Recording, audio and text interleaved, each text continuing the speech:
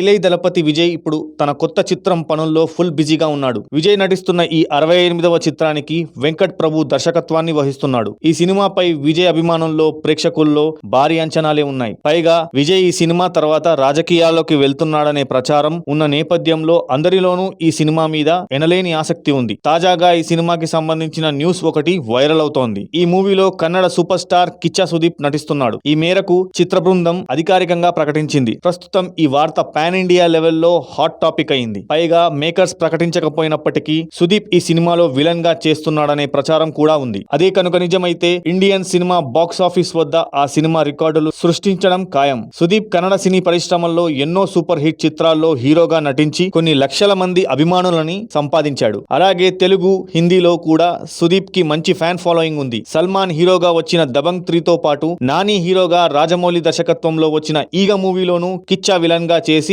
అశేష సినీ ప్రేక్షకులని ఎంతగానో అలరించాడు. లియో తర్వాత వస్తున్న ఈ మూవీ మీద విజయ్ అభిమానులు భారీ ఆశలే పెట్టుకున్నారు. విజయ్ కెరీర్ లోని అత్యంత భారీ బడ్జెట్ తో రూపొందుతున్న ఈ మూవీలో విజయ్ సరసన మీనాక్షి చౌదరి కథానాయికగా చేస్తుండగా ప్రముఖ నటి స్నేహ ఒక ముఖ్య పాత్రలో పోషిస్తుంది.